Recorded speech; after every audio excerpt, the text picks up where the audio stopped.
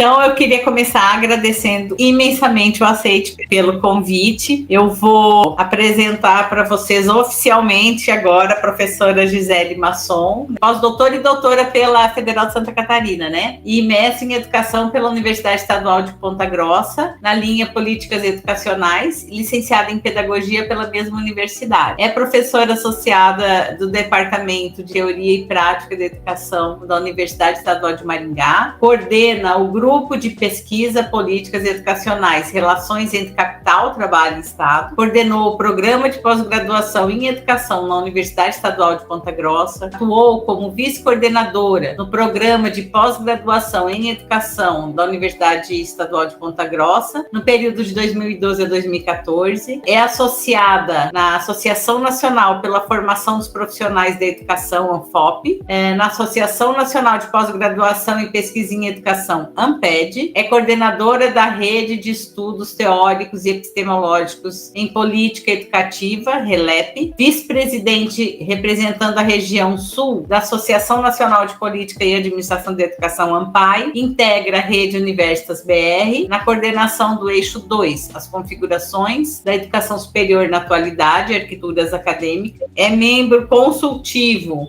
e do Conselho Diretor Organizador da Associação Latino-Americana de Investigação em Educação, nas seguintes áreas: políticas educacionais, política de formação e valorização de professores, sindicalismo docente, fundamentos onto-epistemológicos da pesquisa em educação e, atualmente, é professora bolsista produtividade. Então, Gisele, muito obrigada por ter aceito o convite para participar dessa aula, que é uma aula aberta. Eu pus o convite no Instagram, convidei orientando os alunos da graduação, né? A princípio, é uma aula pensada para os alunos do mestrado em educação. Então, muito obrigada, Gisele, e aí é com você. Obrigada, Karina. Prazer estar com vocês, né, discutindo essa questão que eu tenho me dedicado há bastante tempo, afinal, né, é um referencial que eu usei no mestrado, no doutorado e continuo utilizando, e eu sempre falo para os alunos que é um estudo para a vida inteira, né? Estudar o referencial marxista é para sempre, porque não basta, né, dominar as categorias principais do método, e nós vamos ter condições, né, de desenvolver uma boa pesquisa a partir desse referencial teórico epistemológico, né? E mais do que dominar, né, a questão do método, eu sempre digo que é fundamental ter compreensão da teoria marxiana e também marxista, né? Quando eu falo marxista, estou falando dos autores que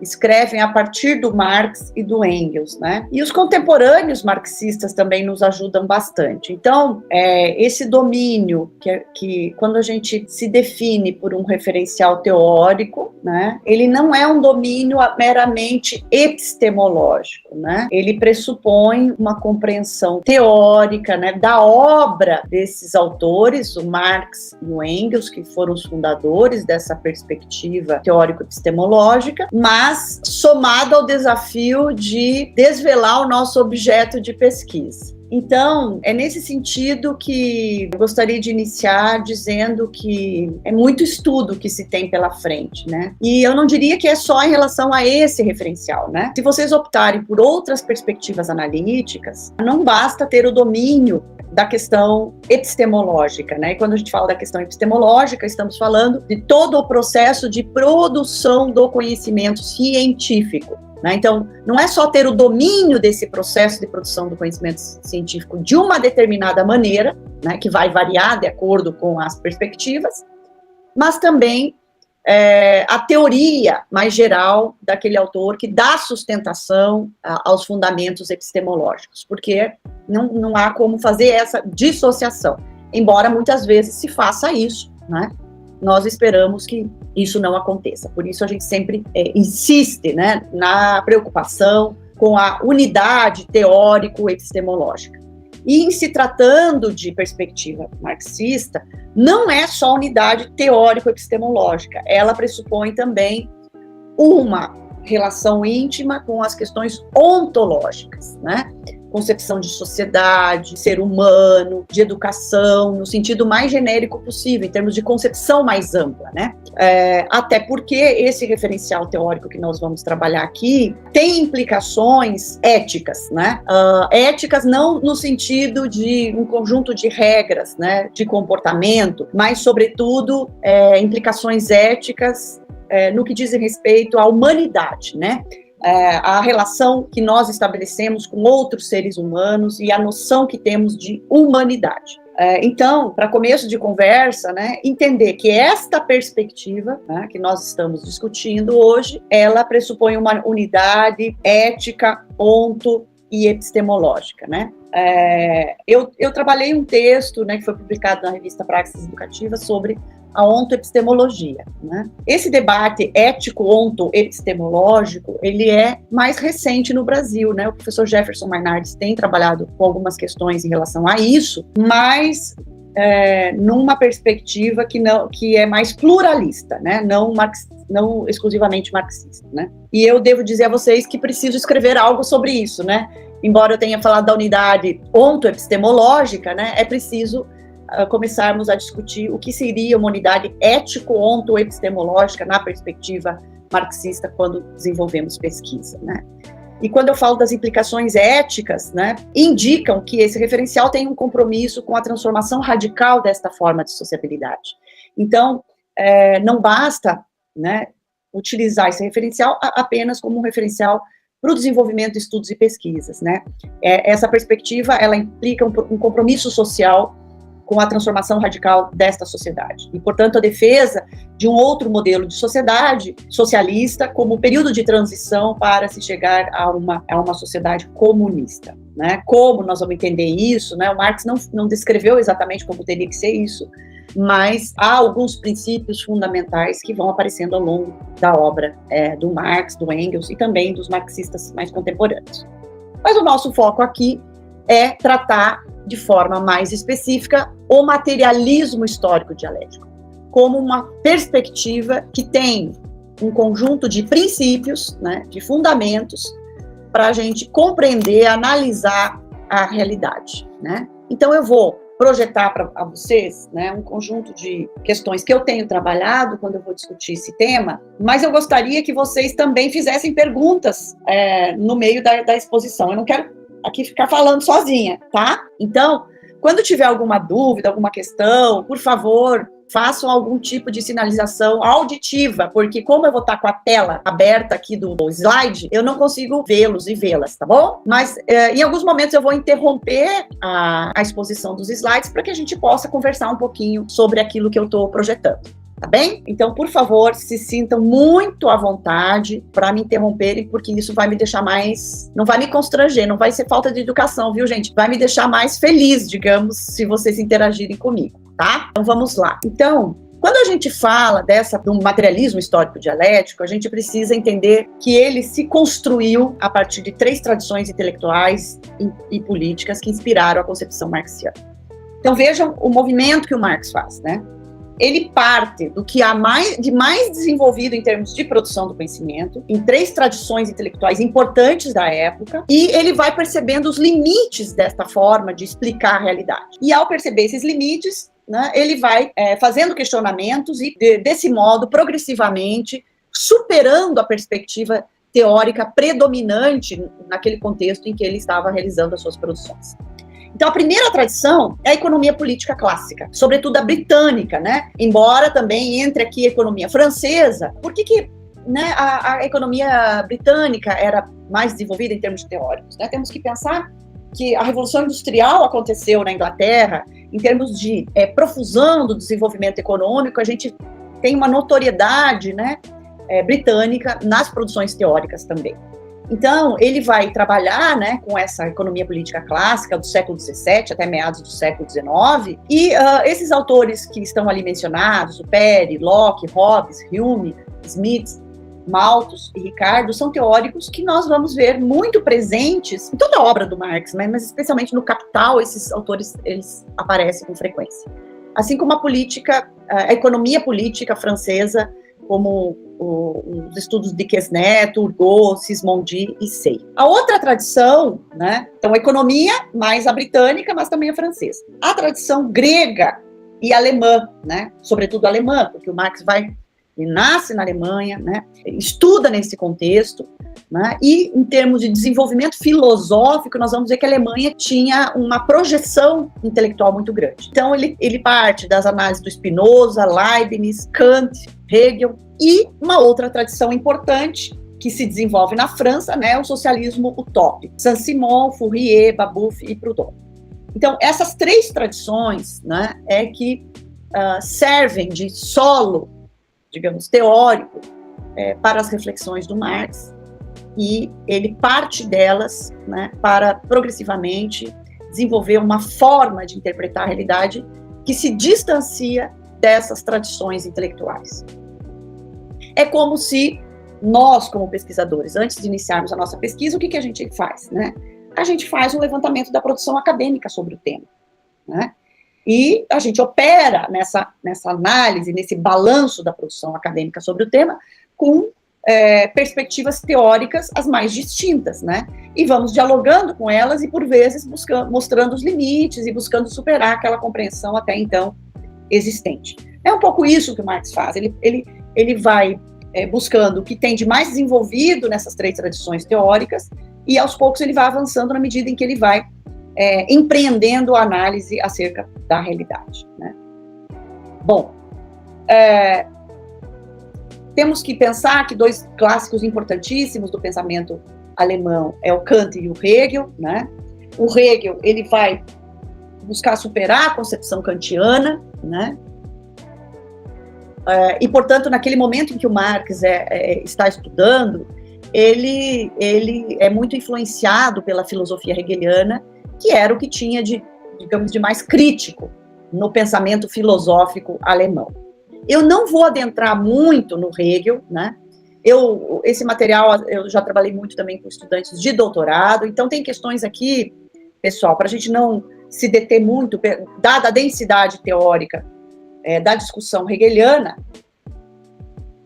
eu vou passar, né, de modo mais rápido, mas indicando a obra, né, Fenomenologia do Hegel como referência para compreender a concepção epistemológica hegeliana, tá?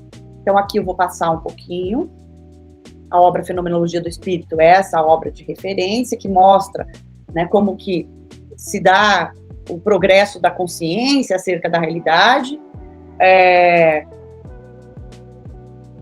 Mas eu vou passar isso aqui para a gente não demorar tanto pela profundidade dessas questões que eu entendo que quem está no mestrado, está começando a discutir, ainda é um pouco precoce a gente fazer esse debate nesse tempo curto que temos, cujo foco é a discussão do materialismo histórico dialético. Então, normalmente, né, quando a gente vê, né, essa expressão, eu irei trabalhar na perspectiva da dialética. Primeiro que a gente tem que dizer de qual dialética nós estamos nos referindo, né? Porque se for pensar de uma abordagem dialética, no geral, a gente tem desde a antiguidade clássica, né? Desde do período grego, né? Essa compreensão da dialética, com a ideia de movimento, de que tudo se transforma, né? Temos a perspectiva dialética do Hegel, que é uma perspectiva idealista, né? Então, se eu vou falar, eu trabalho numa perspectiva dialética, eu tenho que dizer de qual dialética eu me refiro, né? Se eu vou operar com uma dialética materialista, né, aí no sentido marxista, vai ser diferente da dialética idealista do Hegel, né? E normalmente as pessoas vão explicar a dialética a partir dessa tríade aí, que é tese, antítese e síntese, né? A dialética no Hegel não é exatamente um método, mas é a forma como ele entende o movimento do pensamento, tá? Então, para o Hegel, né, a tese, antítese e síntese indica um processo de superação de um pensamento, né, anterior, né? Então, a tese seria né? E aí, quando a gente fala pensamento, é algo mais complexo no Hegel, né? Ele está falando do espírito, né? E daí, nos slides anteriores aqui que eu não passei, ele fala de diferentes tipos de espírito: espírito subjetivo, espírito objetivo, espírito absoluto, né? Mas vamos simplificar um pouco para a gente entender rapidamente, como é a dialética no idealismo, né? Então, a tese seria a afirmação de uma concepção, de uma forma de ser, né, do pensamento, é uma forma de ser do pensamento, que não é definitivo, né, porque ele compreende o pensamento como um processo que está sempre se modificando, né, está sempre em movimento, portanto, ele é passível de ser questionado, né? Então, a antítese, ela representa a antitese, né? É uma proposição divergente, diferente da tese, né? Nessa lógica, né, a luta desses contrários, que seria uma posição defendida pela tese e outra pela antítese, nessa luta de contrários, a gente tem a possibilidade de desenvolver um outro pensamento que se configuraria numa síntese. E essa síntese, né, ela representa tanto elementos do positivo, que seria a tese, como elementos do negativo, que seria a antitese, né? Então, a síntese, né, na dialética hegeliana, ela é uma superação dos pensamentos anteriores, mas por incorporação. Não é uma superação no sentido de algo absolutamente novo, né? Vai mostrar que nada é absolutamente novo. Tudo se constrói a partir do já existente, especialmente pela luta de contrários, né? Por isso a contradição, ela é uma categoria importante na dialética, né? Porque a luta de contrários, e aqui no plano do pensamento, que nós estamos falando do Hegel, né, possibilita o avanço disso por meio da síntese, que não é algo absolutamente novo, como falei, mas significa a superação por incorporação, né? Para o Hegel, nem sempre a síntese significa a possibilidade de uma superação, porque às vezes não é possível chegar numa síntese, segundo ele, porque há oposições tão profundas entre tese e antítese que não há saída para aquilo, né? Isso é um outro elemento que aparece na obra do Hegel. O que a gente tem que pensar, né, é que para uma concepção idealista, a realidade é a expressão do espírito, né? Sobretudo do espírito absoluto. Então, o espírito aqui no sentido da evolução do pensamento, né? Para o Hegel, a história tem uma teleologia. O que significa dizer que a história tem uma teleologia, que é diferente de teologia, né? Teologia, né, a produção do conhecimento sobre deuses ou Deus. A Karen diz ali, ela tem uma finalidade. Pode abrir o microfone, tá, gente? Então, para o Hegel, a realidade é uma expressão do espírito, daquilo que é possível existir pela evolução desse espírito. E essa evolução se dá na luta de contrários, né, entre tese e antítese, com as sínteses. É claro que uma nova síntese pode se transforma numa tese, e aí nós temos novas antíteses, novas sínteses, por isso esse processo, né, de movimento não se esgota. Só que, né, entendendo que a história tem uma finalidade, claro, porque as transformações vão se dar no pensamento, e se a realidade é uma expressão desse espírito, né, a história, ela é aquilo que ela tem que ser. Ou seja, a humanidade, ela vai se desenvolver de uma determinada maneira a partir daquilo que é possível e daquilo que tem que necessariamente ser. Então, a história tem em si uma finalidade. Vejam que isso vai ser totalmente diferente da concepção de história no Marx e no Engels, né? Que a história não tem uma teleologia, né? O Robert, não sei, Robert, pelo jeito, é Kennedy, olha que nome bonito. Há um determinismo na história, exatamente, porque viveremos aquilo que temos que viver, necessariamente. No Marx isso é diferente, né? Tem uma frase importante, né, que eles dizem que os homens, e quando ele fala homens, ele está falando dos seres humanos, da humanidade, né, fazem a sua própria história. Né? Então, a história, na concepção materialista, histórico-dialética, ela não tem uma finalidade. Né? Quem tem finalidades são os seres humanos, né, que são dotados de razão e têm a capacidade de analisar a realidade e, a partir da sua relação, sobretudo com o trabalho, né, possuem finalidades. Né? Embora é preciso dizer que, se os homens fazem a própria história, não o fazem necessariamente como querem, mas a partir de determinadas condições. Né? Ele complementa a frase dizendo que há determinantes da materialidade social que muitas vezes não contribui para que a gente consiga atingir as nossas finalidades da maneira como queremos. Né? Há limitações objetivas, né? Por mais que tenhamos finalidades subjetivas, muitas vezes há limitações da própria realidade. Há, portanto, limitações objetivas. Então, quando a gente fala do idealismo, né, muito simplificadamente aqui, né, é como se as ideias determinassem o real, né? Seria, no caso, o espírito no Hegel, né? Elas fazem o real, né? São o demiurgo, como diz o Marx, são os construtores, né? As ideias constroem a realidade. Portanto, boas ideias farão com que a realidade seja melhor. Né? Aí que o Hegel, né, ele vai fazer a defesa do Estado ético.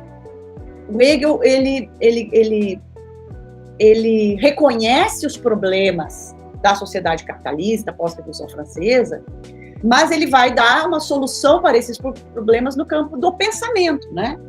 Basta ter um Estado ético, boas leis, que nós vamos ter uma boa sociedade, né? Vamos melhorar a realidade.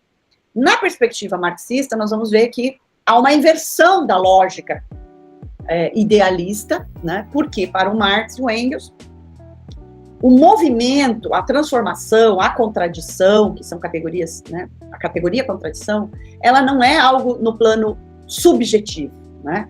Ela está na própria realidade, né? Então, por mais que, quando a gente fala, as categorias do método são essas dá a impressão que ele elaborou primeiro um método de interpretar a realidade para depois interpretar a realidade. E pensou, bom, eu vou trabalhar com essas categorias, com essas e com essas. Não foi assim, porque para o Marx, essas categorias, elas estão presentes na própria realidade. Então, totalidade, eu estou adiantando aqui, mas depois eu vou falar das categorias, né? Totalidade, por que é uma categoria importante do método? Porque para compreendermos uma realidade, nós precisamos analisá-la na perspectiva da totalidade. Por mais que eu faça um recorte na minha pesquisa, né, ele em si, esse recorte em si é uma complexidade. Aquilo que o Lukács, que é o autor que eu trabalho a partir da ontologia do ser social do Lukács, ele vai dizer que a realidade é um complexo de complexos. Então, a totalidade é um grande complexo social, né? Um recorte desta realidade, que é o que eu me proponho a pesquisar, já é em si uma complexidade. Mas para eu entender esta complexidade, que é uma totalidade parcial, eu preciso entendê-la situada numa totalidade maior, que é esse mundo que a gente vive, né? Então, a gente pode entender que não é possível compreender uma realidade, por mais recortada que ela seja, descolada de uma complexidade social maior. Por isso a categoria totalidade é uma categoria do método. Mas totalidade não quer dizer tudo, senão a gente vai entender, para eu compreender esse complexo que eu estou me propondo a investigar, eu tenho que situá-lo na totalidade social, nesse universo que é o modo de produção capitalista, por exemplo, os processos de internacionalização da economia e tudo mais. Então, eu tenho que dar conta de tudo. Não, totalidade não quer dizer tudo. Vamos lembrar que para eu entender meu objeto, eu tenho que estabelecer as máximas relações possíveis para explicar a realidade que eu me proponho a explicar, né? É nesse sentido que o Marx fala que o resultado da pesquisa é uma síntese de múltiplas determinações. Então, captar as múltiplas determinações que interferem, que configuram o meu objeto de pesquisa, é o que eu darei atenção central, né, no estudo. Então, é nesse sentido que a categoria totalidade tem que ser compreendida. Porque muitos autores vão fazer uma crítica ao marxismo dizendo que é impossível operar no sentido de analisar a realidade, abarcando tudo que implica nessa realidade. Então, não, é uma interpretação enviesada, né? Totalidade não quer dizer tudo. E aí eu vi um comentário aqui, né, de que existem totalidades em fragmentações de uma totalidade maior. Robert, não é que ela é uma não, a gente pode fragmentar o todo para estudar, né? O próprio Marx vai dizer assim, é preciso separar as partes do todo, né, e estudá-las, né, e aí é o processo de abstração para a gente dar conta depois de fazer as sínteses. Então, em muitos momentos da pesquisa, nós vamos ver que nós vamos estar trabalhando com coisas muito específicas, né, porque não dá para pensar em todas as coisas ao mesmo tempo, todas as coisas que são importantes em relação ao meu objeto. Mas vamos pensar que o meu objeto, ele, como eu falei, ele tem uma complexidade em si. Então, ele é em si uma totalidade, o próprio objeto de pesquisa. Mas é uma totalidade parcial se nós situarmos essa totalidade no conjunto da totalidade social. Então, eu diria que, dada a complexidade de qualquer parte da realidade, nós podemos chamá-la de totalidade parcial. Tá? Não sei se eu me fiz clara, né? Mas é mais ou menos essa a lógica na concepção marxiana. E aí, seguindo, então, né, a proposição dos slides aqui, eu vou voltar a compartilhar com vocês. Então, o real para o Hegel é o que se pode pensar. Os acontecimentos reais são apenas aqueles que nos importam, os que entram no conceito. Tudo que é real é racional. Quer dizer, tudo que é real é expressão do racional. E tudo que é racional é real. Então, realidade e racionalidade coincidem absolutamente no Hegel.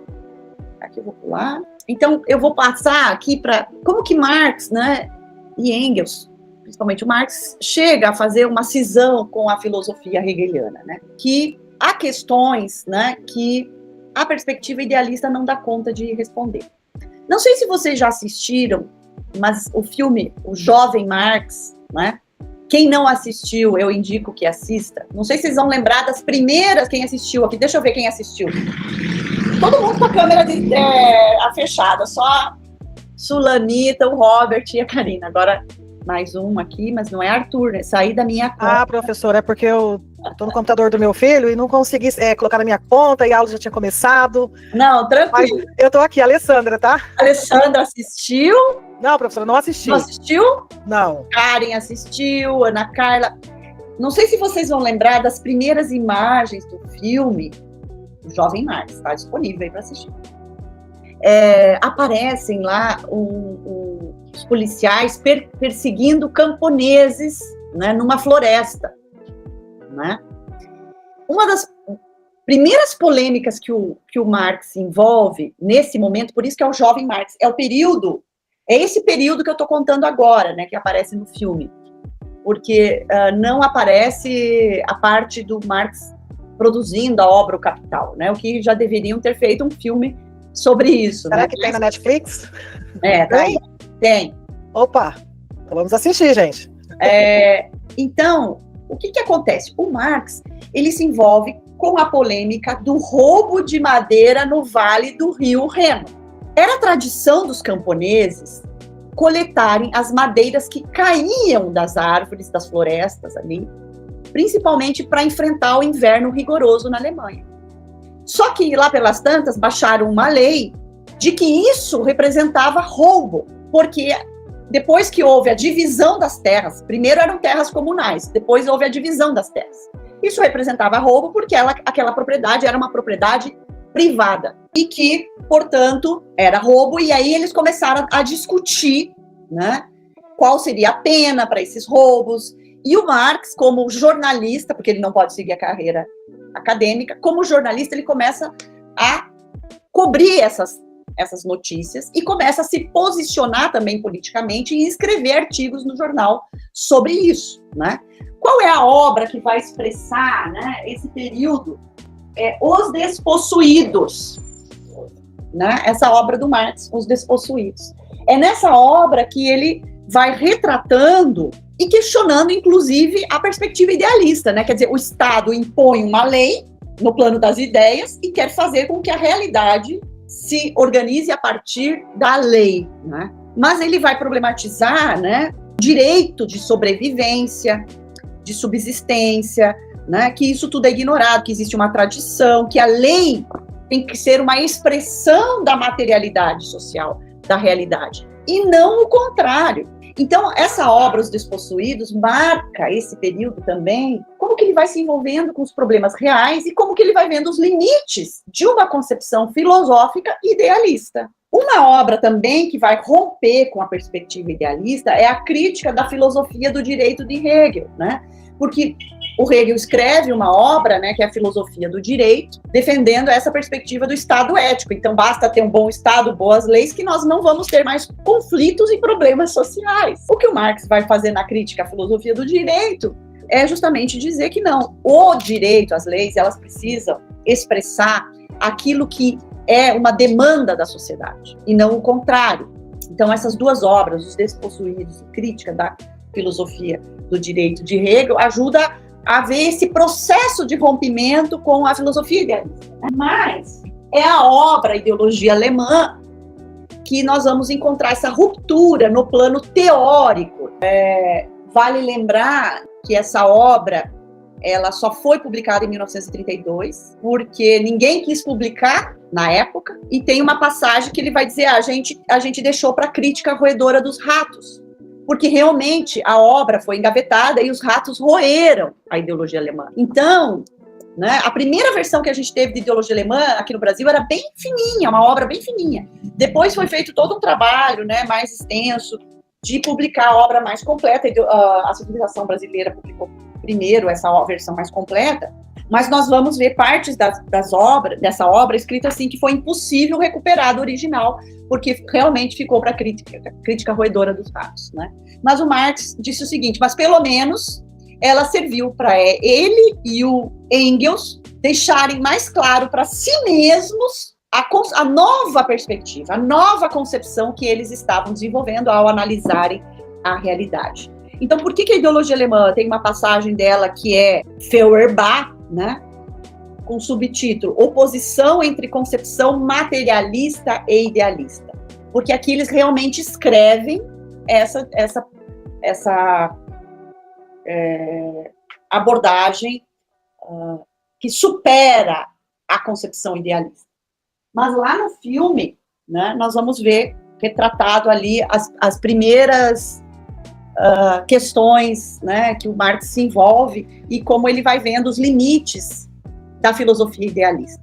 E lá para frente do filme nós vamos ver toda a aproximação dele com os socialistas utópicos na França, né? Por que são chamados de utópicos? Porque eles achavam que mudanças, reformas graduais, né, na sociedade capitalista levariam ao socialismo, não necessariamente por um novo processo revolucionário, né? Então, ele e o Engels, primeiramente, se aproximam dos socialistas utópicos, né? Se envolvem com eles nessas discussões, mas depois também vão mostrar os limites do socialismo utópico. Por isso que é chamado socialismo utópico, né? Porque se entendia que reformas importantes numa determinada direção, obviamente, poderiam levar à superação do capitalismo, né? Sem um processo revolucionário. Então, o filme também retrata esse período em que eles têm a oportunidade de dialogar, de discutir, de participar das questões dos socialistas franceses, tá? Então, uma dica aí de filme para entender um pouquinho. Mas veja que é importante a leitura também, né, dessas obras, porque elas vão nos ajudando a ver essa ruptura, a superação por incorporação. Aí é a verdadeira síntese, né, a superação por incorporação de uma forma de interpretação da realidade. Porque tem muito do Hegel no Marx, não é? Mas não na mesma lógica, né, numa lógica invertida, digamos. Mas há categorias analíticas que aparecem no Hegel e que reaparecem no Marx, mas com uma interpretação diferente. Bom, então eu falei da obra A Ideologia Alemã como um marco, né, dessa ruptura com o idealismo, que foi uma obra escrita entre 1845 e 1846.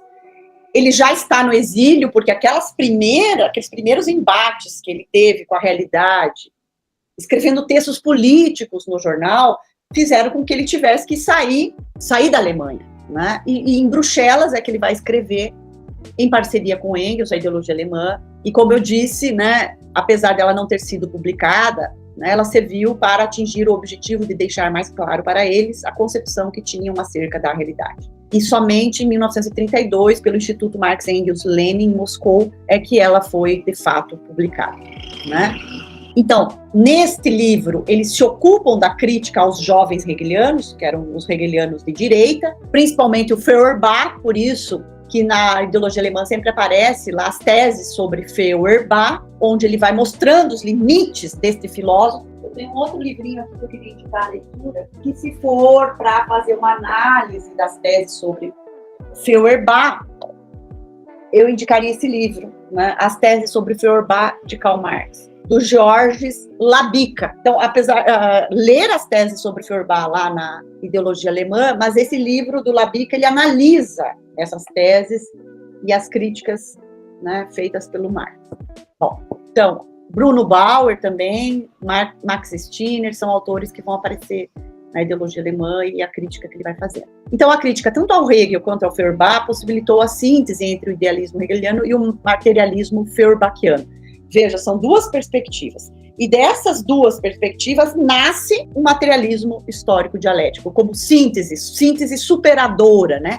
Mas que incorporam elementos da contribuição dessas perspectivas anteriores, né? Então, nessa obra, o que a gente vai ter? A grande contribuição é evidenciar os limites do mundo das ideias sobre o mundo concreto, buscando sempre estabelecer uma unidade entre teoria e prática. Não se trata de uma mera relação, né, mas de unidade. Então, a praxis, que é uma categoria que a gente diz do método, não é só unidade teórico-prática, é unidade teórico-prática com o sentido de transformação da realidade. Então, quem trabalha na perspectiva marxista, né, busca operar com a unidade teórico-prática, mas com esse compromisso ético de transformação radical da sociedade. Esse é o sentido da praxis na concepção marxiana, né? Então, para o Marx e Engels, a história não parte da ideia, do espírito, né? Mas é resultado das ações humanas, porque, como nós vimos, a história é feita pelos seres humanos. Então, a história é processo social e não é uma determinação, né? E nessa obra, eles vão dizer que a história é a verdadeira ciência, né? Esboçam também uma teoria geral da sociedade, tendo como ponto de partida a Revolução Burguesa em processo e a defesa do comunismo como possibilidade histórica.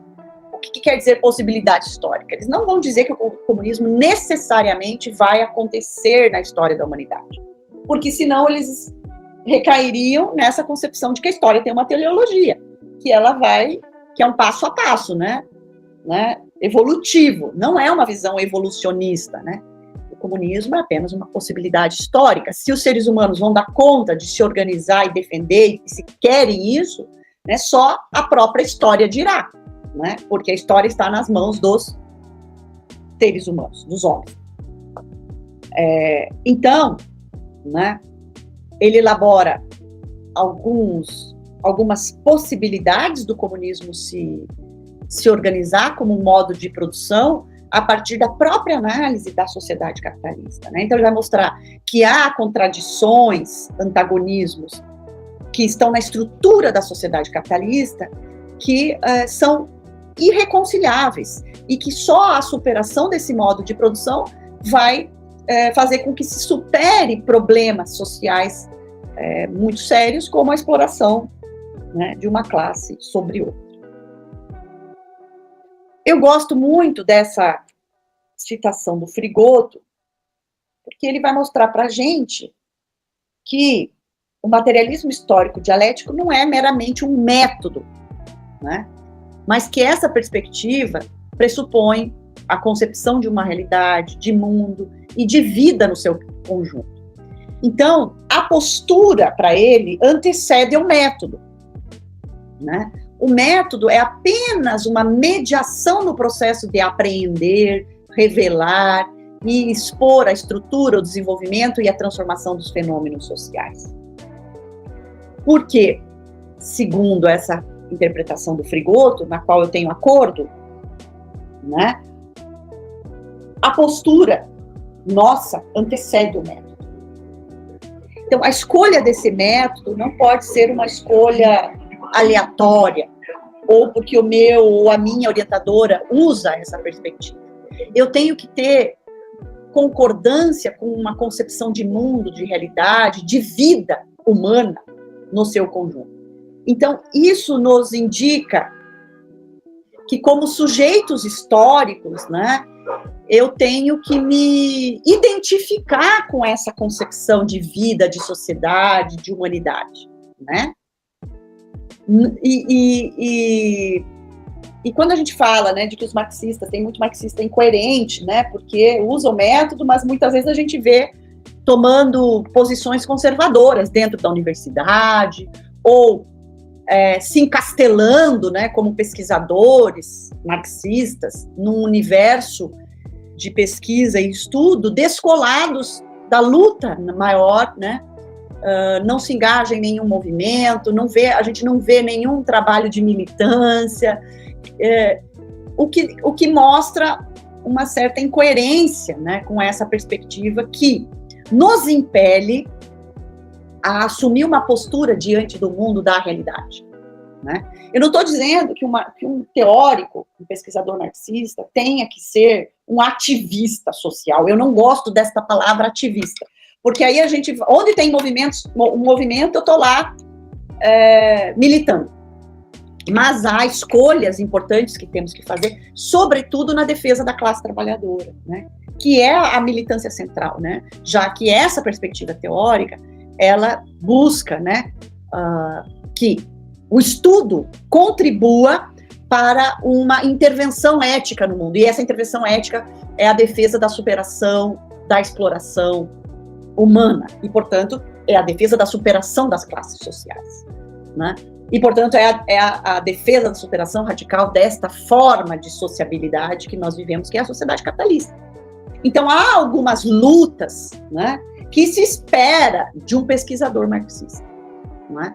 Eu penso que a teoria marxiana, ela ajuda, e tem muitos autores marxistas contemporâneos também que vão fazer esse debate, né? Ela ajuda muito a entender um conjunto de coisas, inclusive para fazer as críticas, né, a esse processo de intensificação do trabalho, né, sobretudo pelo uso de tecnologias, né? Então, não é por acaso que hoje se defende muito na educação que a inovação é o que tem que acontecer, né, na educação, domínio das tecnologias e tudo mais. Então, a tecnologia quase que ela virou um fim em si mesma, né, no campo da educação, né? Os processos de plataformização e de uso da inteligência artificial, elas têm sido a negação do próprio professor e do ensino, né? O que a gente vê hoje é um deslocamento do direito à educação para o direito à aprendizagem. Então, a educação, ela pressupõe uma intervenção mediadora muito forte da figura do professor, né? Há um processo educativo. O direito à aprendizagem é quando a gente oportuniza que os estudantes tenham acesso ao conhecimento via plataformas. Ele está tendo direito à aprendizagem, né? E hoje a inovação, ela tem esse papel muito mais de, quando o uso das plataformas na educação, né?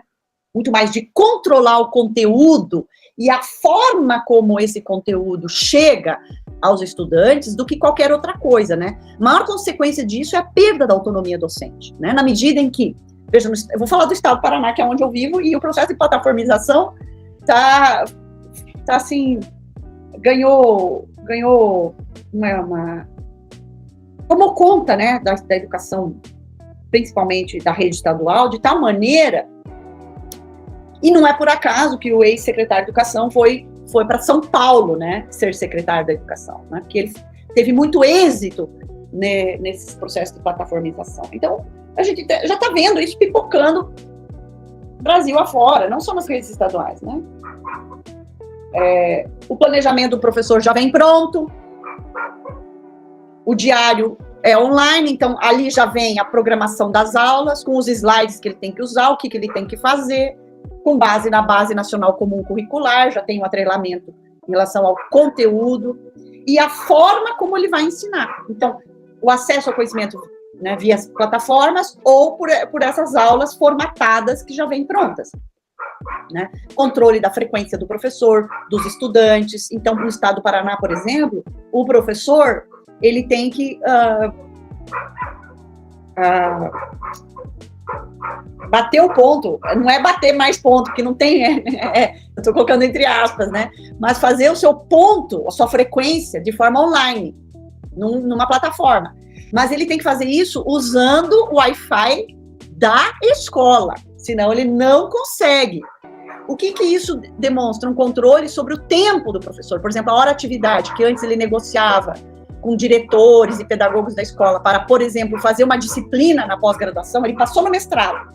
Ele negociava a hora-atividade para fazer as disciplinas obrigatórias. Agora ele não pode mais, porque ele tem que bater o ponto usando o Wi-Fi da própria escola. Estou dando um exemplo, né? Um outro exemplo, ele tem que, para subir de nível, participar dos cursos que a rede oferece, que a rede estadual oferece. Então, se ele faz cursos na universidade, de formação continuada, a pontuação é tão pequena, que não vale a pena. A pontuação que ele ganha é maior se ele fizer o curso. Então, tem lá Formadores em Ação, que é um curso e que ele não pode faltar nenhuma vez, nem com atestado médico. Senão, ele não ganha ou não pode nem fazer os próximos cursos. O que aconteceu esses dias? O professor participando, deitado, pasmem, gente, se isso não é a superexploração, deitado numa cama de hospital. O sindicato fez essa denúncia, aí isso repercutiu tanto que o governo mudou a regulamentação da participação do Formadores em Ação, porque isso daí é de uma desumanidade sem tamanho. Então, eu estou dando alguns exemplos do quanto a teoria do Marx serve para questionar, porque a tecnologia, ela sempre foi utilizada na história da humanidade, né? Como uma mediação entre o ser humano e o trabalho, para os instrumentos de trabalho incorporam tecnologias que facilitam a execução do trabalho, liberando tempo livre para a gente se desenvolver como ser humano, né? Desenvolver as nossas múltiplas potencialidades, aquilo que no marxismo a gente chama de formação omnilateral, né? Omnilateral, que é diferente de uma formação unilateral, de formação meramente de força de trabalho, né? Então, a perspectiva de uma educação integral, que é diferente de tempo integral, né? É algo defendido, mas que pressupõe tempo livre para isso, condições para isso, né? É uma ilusão a gente pensar que nós vamos conseguir desenvolver uma educação integral na forma capitalista de sociabilidade com essa escola que temos. Impossível. O Ivo Toné, ele faz essa discussão no livro Educação contra o Capital, e tem uma outra, Educação, Cidadania e Emancipação Humana. Está por aqui, ó, nessa prateleira, que agora não pode. Educação, Cidadania e Emancipação Humana, né?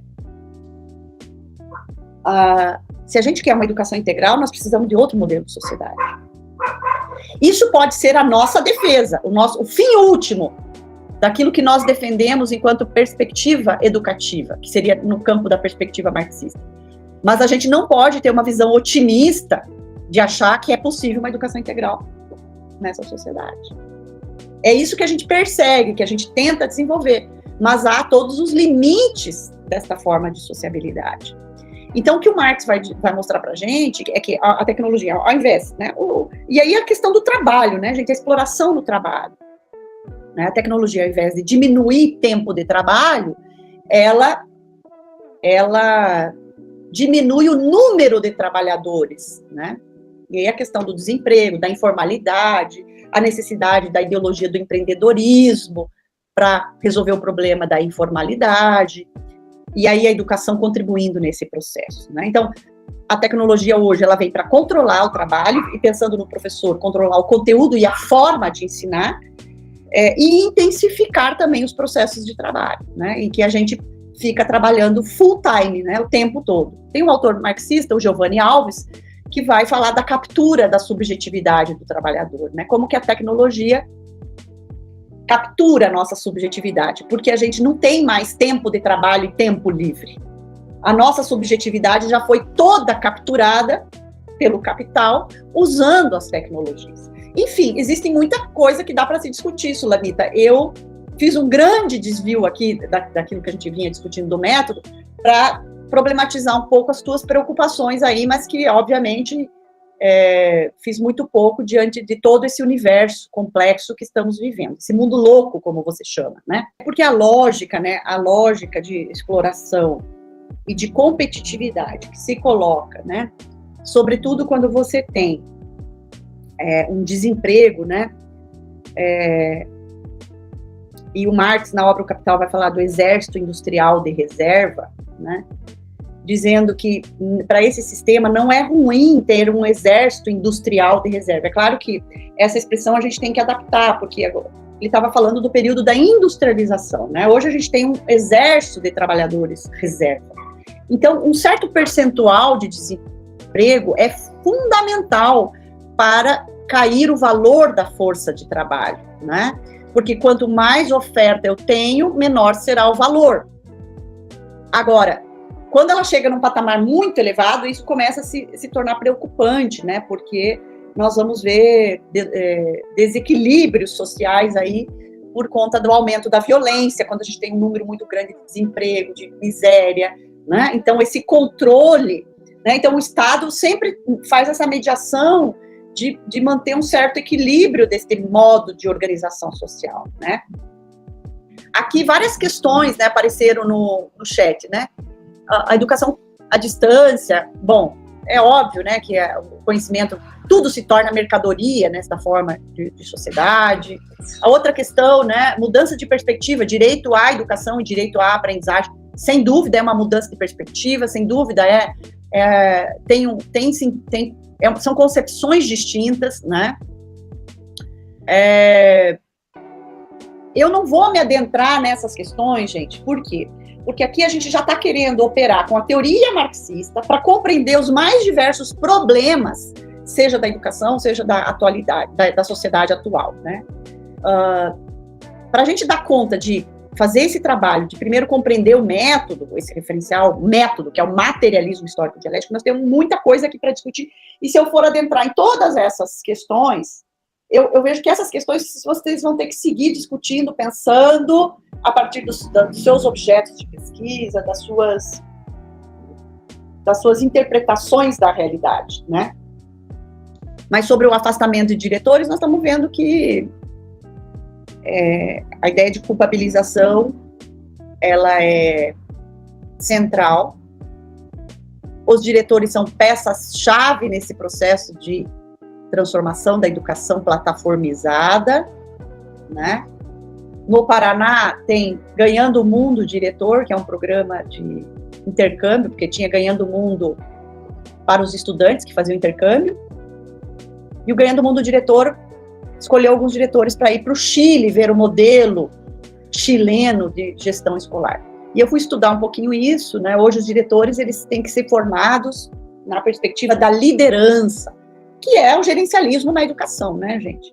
Aqui no Paraná, a Fundação Getúlio Vargas foi contratada como assessora para ir nas escolas, fazer um levantamento das metas, se estavam sendo atingidas ou não, da infraestrutura ou não, E a Fundação Getúlio Vargas contribuía para indicar quais os diretores que tinham que ser afastados do cargo porque não estavam dando conta das metas. Então, o que está acontecendo em São Paulo não é diferente do que está acontecendo aqui. Só que em São Paulo foi um número maior de diretores de uma só vez e que gerou toda essa repercussão. Mas essa movimentação também tem acontecido aqui. Veja que são políticas itinerantes, eu digo, né? Porque são tendências que não estão num único lugar, né? Podemos voltar lá para o material?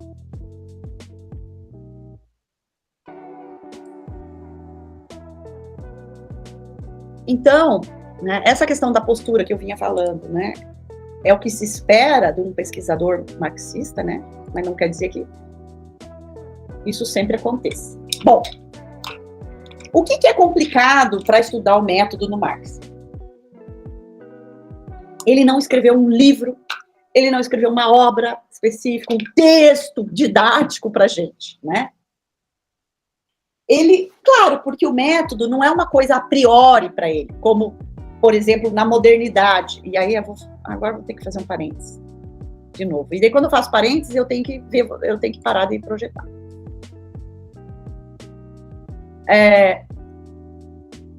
Então, eu gosto desse livro do Ivo Toné, Método Científico, uma abordagem ontológica. Esse livro vocês encontram para baixar na internet, tá? Ivo Toné, Método Científico, uma abordagem ontológica.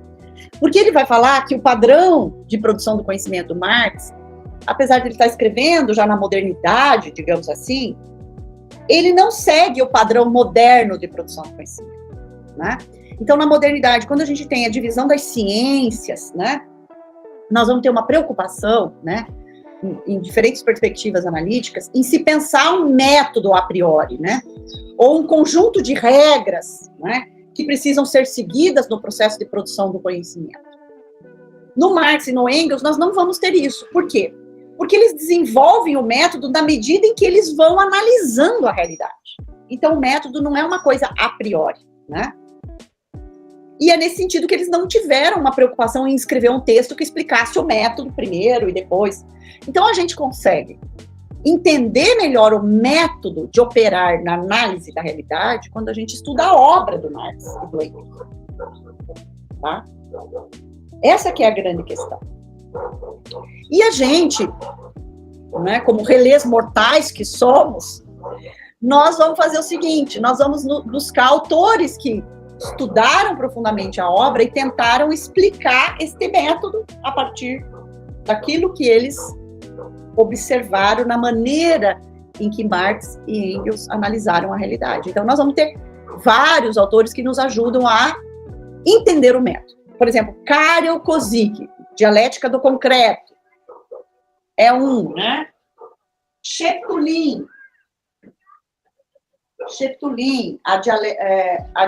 a dialética materialista, categorias e leis da dialética. O Kopnin, a dialética como lógica e teoria do conhecimento. Chazin, né? Resolução metodológica. Aqui. Chazin, Marx, Estatuto Ontológico e Resolução Metodológica. E assim a gente vai. Tem muitos autores. Então, não é qualquer autor que a gente tem que usar como referência também para explicar o método, porque tem autores clássicos, né, que explicam o método. Então, a gente vai nesses comentadores, mas outra forma é ir também na obra, nos pequenos trechos em que eles deixam claro o seu método. Mas que são poucos, né? Lá no meio eles falam alguma coisa. Então, eu busquei aqui nesses slides trazer excertos, trechos em que eles tratam do método, né? Por exemplo,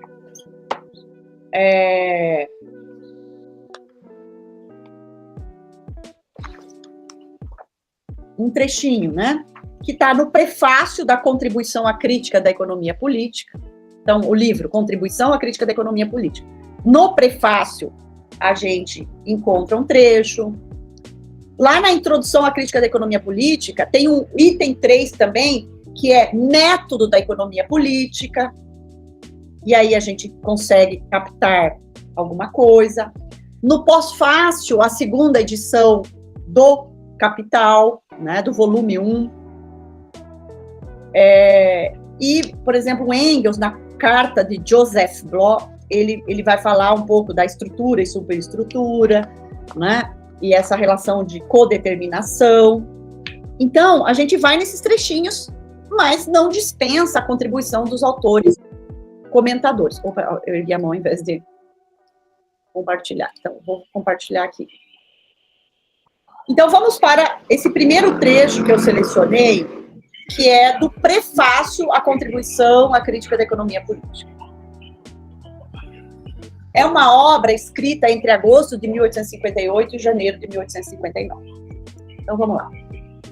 Vai ficar um pouco cansativo, porque é um slide longo, mas não tem outro jeito de estudar, a não ser a gente ir no trecho. Tá. Então, vamos ver o que o Marx escreve ali. Ó, a conclusão geral a que cheguei, e que, uma vez adquirida, serviu de fio condutor dos meus estudos, pode formular-se resumidamente assim. Na produção social da sua existência, os homens estabelecem relações determinadas. Gisele, não está aparecendo o texto, está em branco. É? Aham. Talvez Pra mim tá. Não? Não, ainda não. Que estranho. Pra mim tá em branco também. Então deu algum problema. E eu tô fazendo a mesma coisa que eu estava fazendo antes. Espera aí. Vamos tentar de novo. Apareceu? Tá aparecendo a tela, sua tela. E vários slides.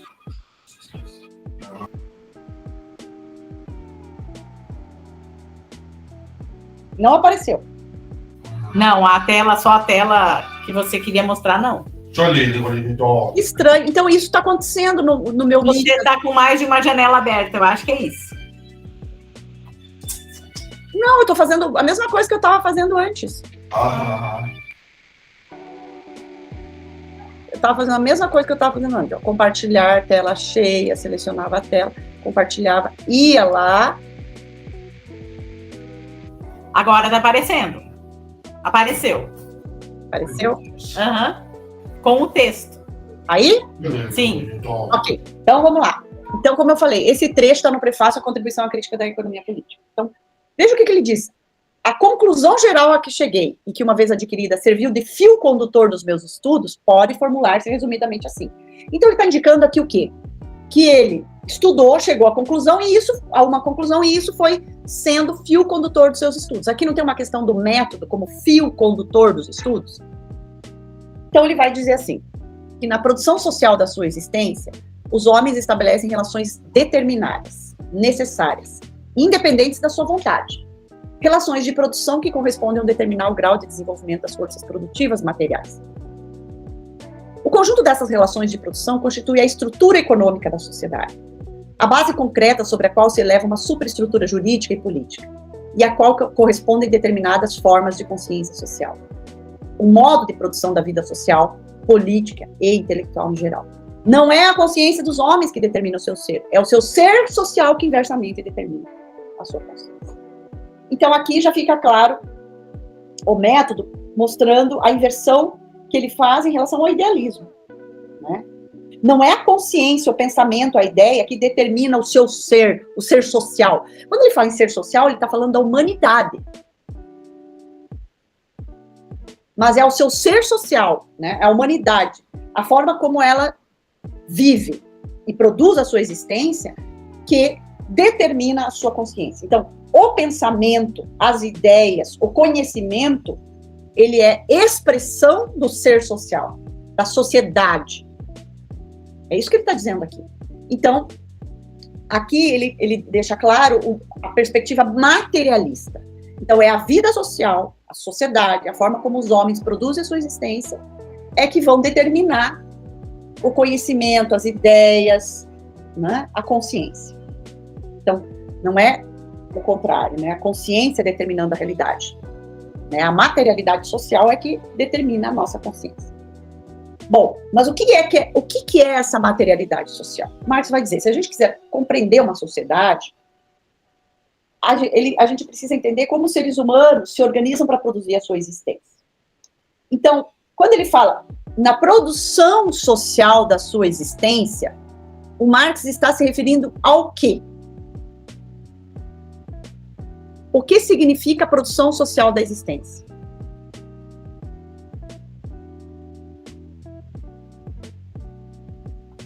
Vamos lá, gente. Como que a gente produz a nossa existência?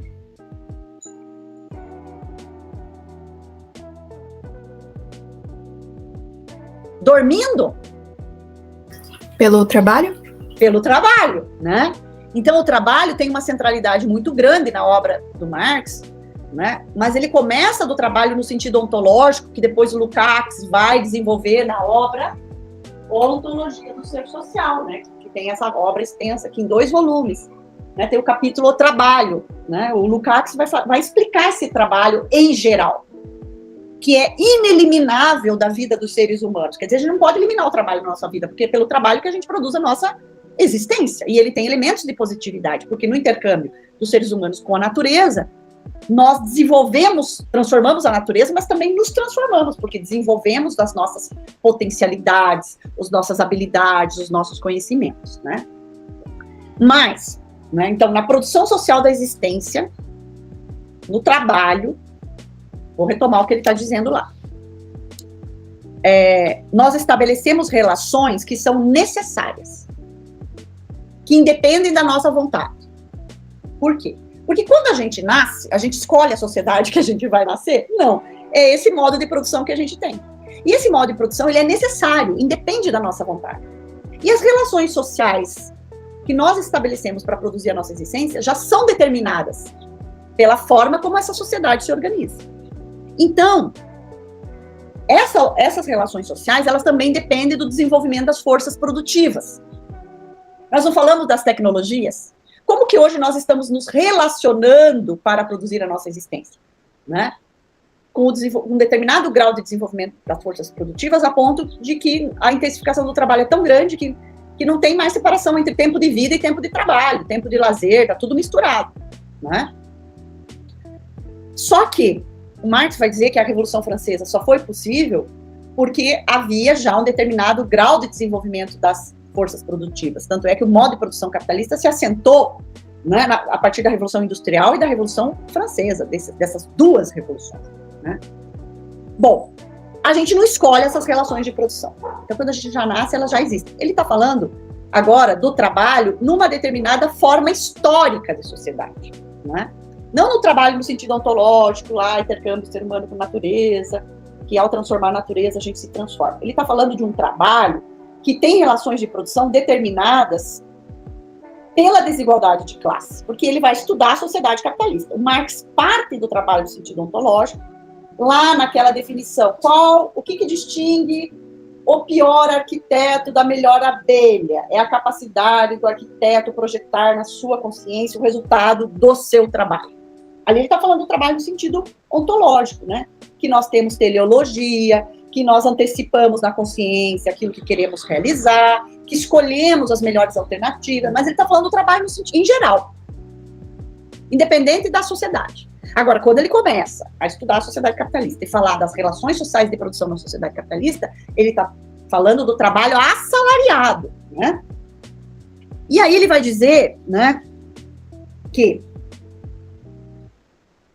o conjunto dessas relações formam a estrutura da sociedade. Né? Então, o que dá sustentação para esse edifício social que é a sociedade capitalista? Né? Tem que ter uma base consistente. E essa base consistente, ela se constrói a partir das relações de produção. Entre quem com quem? Entre aqueles que detêm os meios de produção com aqueles que, ao não ter os meios de produção, tem que vender a sua força de trabalho, que é a classe trabalhadora. Então, o que está na estrutura da sociedade são as relações sociais de produção. Relações entre capitalistas e classe trabalhadora. Que é marcada profundamente por antagonismos, por conta dos interesses divergentes. Uma classe só existe porque ela explora a outra. Senão, se ela deixar de fazer isso, ela deixa de ser classe burguesa, né? Bom, então essa estrutura que ele chama de estrutura econômica, por que economia? Por que a economia está na base? porque é onde se dá a produção da existência, de toda a riqueza necessária para a vida em sociedade. Só que Marx também vai explicar que as nossas necessidades são históricas. Aquilo que era necessidade no começo do século XIX é muito diferente das nossas necessidades hoje, né? Então, essa economia, ela produz toda a riqueza necessária, a partir das necessidades daquela sociedade, num determinado momento histórico, e constitui a base, né? A base dessa sociedade. Essas relações sociais de produção. Sobre essa estrutura, aí seguindo o texto, né?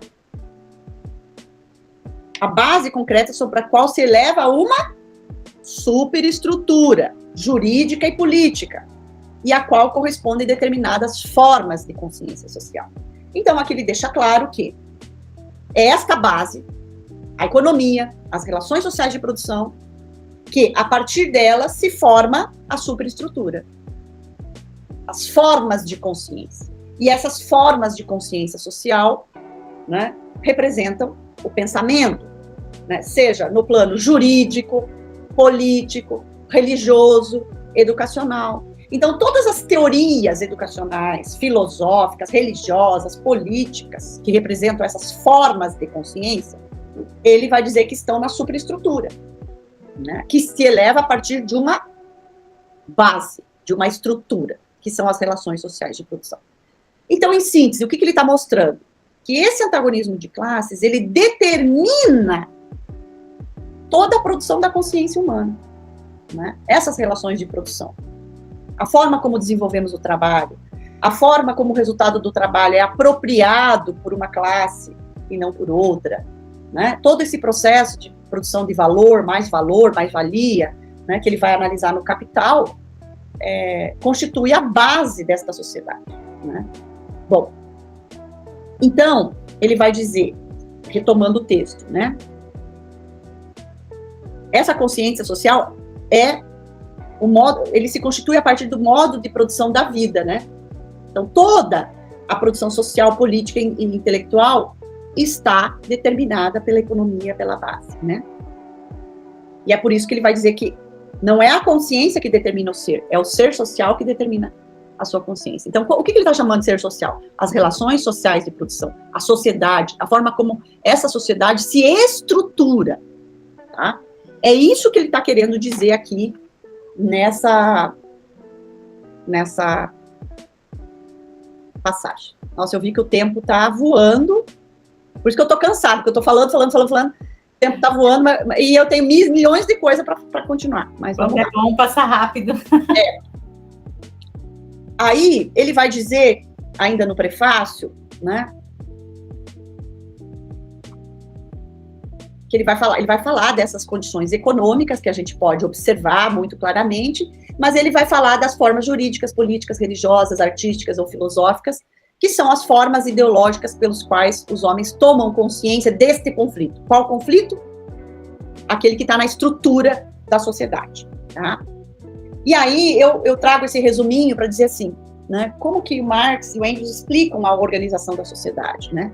Então, o que está na estrutura? Forças produtivas e relações sociais de produção, que são as relações... Não mudou. Não? Não. Ai, tá dando esse problema, né? Não? Não. Vou tentar de novo. A tecnologia, às vezes, ela nos dá um... Né?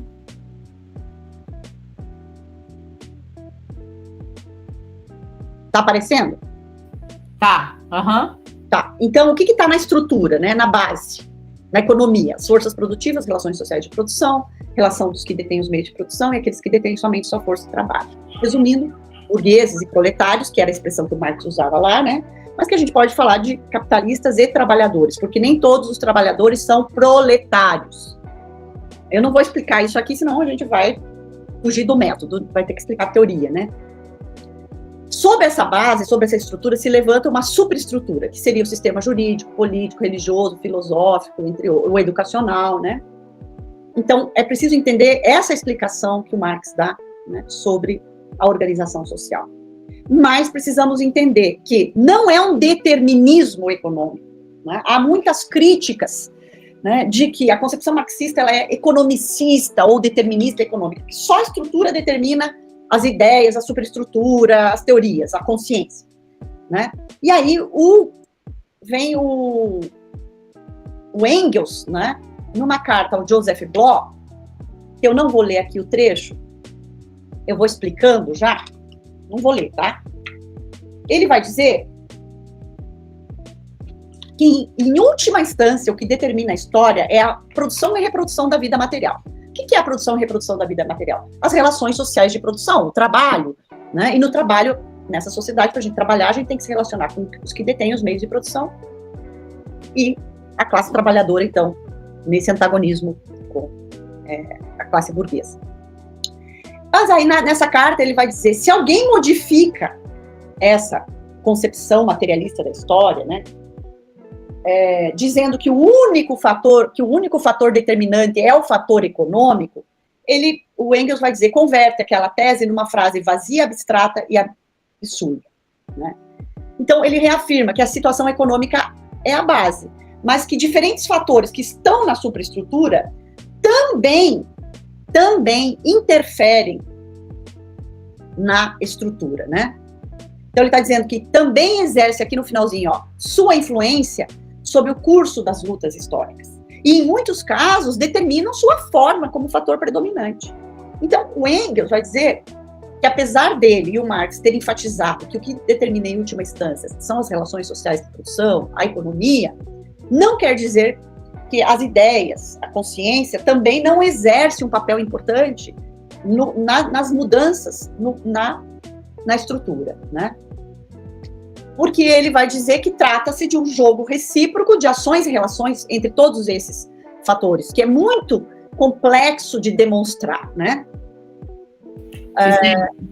Os slides, eles estão ainda naquele das forças produtivas e relações sociais de produção. Porque está dando não sei, ele está dando tipo... Mas não tem problema, a gente está discutindo e está ótimo. Tá dando tipo um delay, mas um delay muito grande, né, gente? Mas não tem problema. Eu acho que você pode ir falando, eu nem vou falar mais que não tá passando, porque tá ótimo. Vamos tentar se eu passar aqui sem projetar. Tá aparecendo? Agora tá aparecendo. Carta de Engels a Bloch. Então, veja, são trechos dessa carta. Eu vou colocando ali e vou explicando, né? Então, ele vai dizer que é um jogo recíproco de ações e reações e que as mudanças que se dão no campo das ideias, das teorias, né, também interferem na estrutura social, mas não de modo decisivo, né? E ele retoma aquilo que o Marx diz, nessa carta. Nós mesmos fazemos nossa história, mas isso se dá, em primeiro lugar, de acordo com premissas e condições muito concretas. Porque senão, se a gente achar que a superestrutura, ela transforma a estrutura, então basta mudar as ideias, ter boas leis, boas teorias, que nós vamos mudar. Aí a gente recai no idealismo novamente, né? É claro que mudanças no campo das ideias contribuem para transformações sociais, mas, né, o que ele está dizendo, né, é que a gente não faz a nossa história do jeito que a gente quer, tendo uma boa ideia, querendo mudar a história, né? Mas a gente faz de acordo com determinadas condições muito concretas. Aí ele vai dar um puxão de orelha, dizendo que é preciso que a gente vá buscar estudar a teoria nas fontes originais e não em obras de segunda mão. E aí ele diz, se os jovens insistem mais do que devem no aspecto econômico, aí ele reconhece. Ele e o Marx têm culpa, porque diante dos adversários, eles tinham que reforçar que a determinação econômica, que a desigualdade de classes era fundamental para explicar, né, as ideias, as teorias. Só que, às vezes, ele diz, a gente não tinha tempo, espaço e nem oportunidade para dar a devida importância a outros fatores que intervêm no jogo das ações e reações. E esses outros fatores, ele está falando das teorias, das ideias, da consciência, né, que estão no plano superestrutural, né? E por isso ele pede que as pessoas leem a teoria nas fontes originais e não em obras de segunda mão.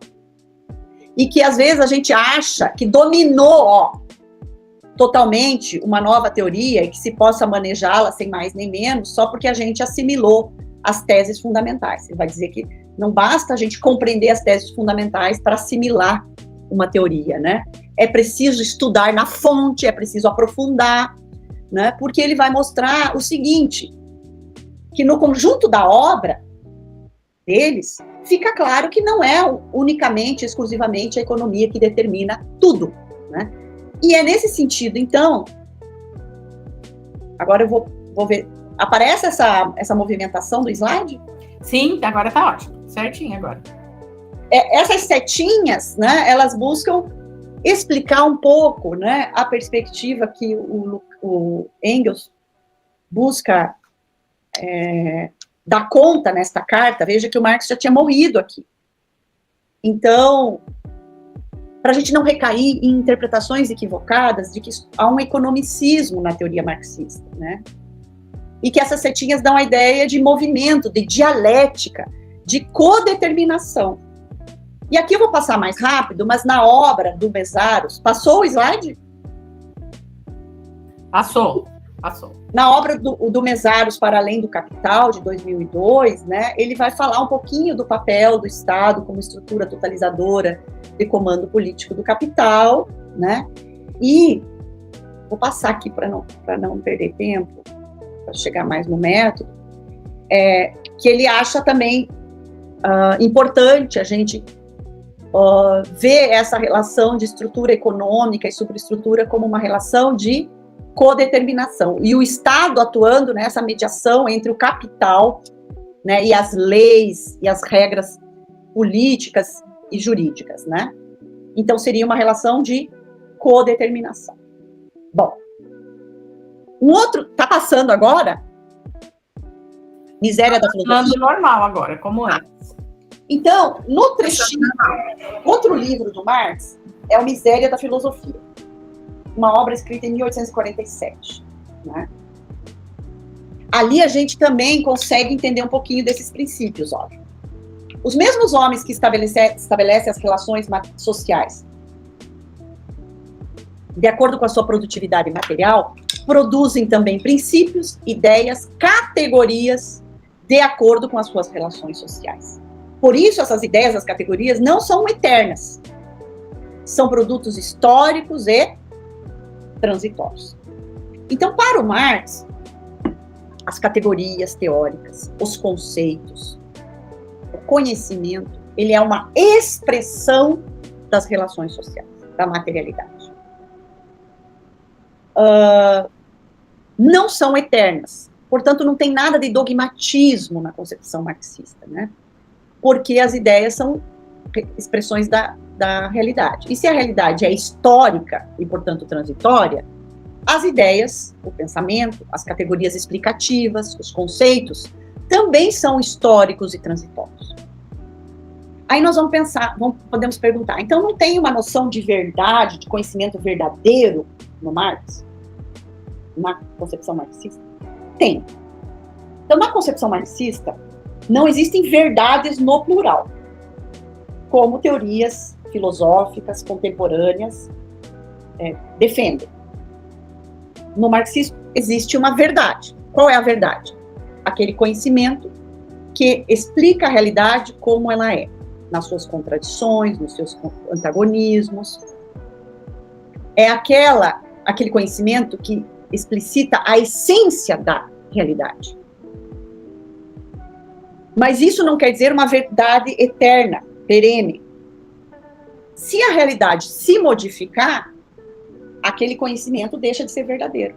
Por isso ele é histórico e transitório, né? Então é verdadeiro na medida em que serve para explicar a realidade como ela é na sua essência. Se a realidade se modificar, ele deixa de ser verdadeiro. Então, existe uma noção de verdade, não de relativismo, né? Mas entendendo que essa verdade é histórica, né? Porque a realidade é histórica. Se a gente achar que as categorias são determinações epistêmicas, que primeiro eu tenho que dizer quais categorias eu vou trabalhar, né? Aí eu estou indo contra, né, a perspectiva do Marx. E o Chazin vai dizer que não há uma questão de método no pensamento marxiano. Por quê? Não há uma questão de método, porque para o Marx, o método não era o problema. O problema dele era o quê? Explicar como funcionava, o sistema do capital na sociedade capitalista, né? Fazendo a crítica à economia política da época. O método, ele desenvolveu analisando esta realidade.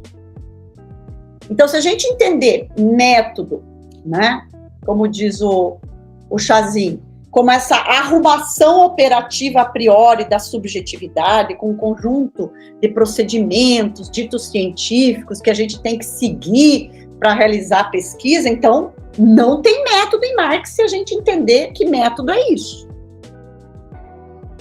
Na verdade, ele é provocador, diz não tem método se a gente achar que método é isso aí, né?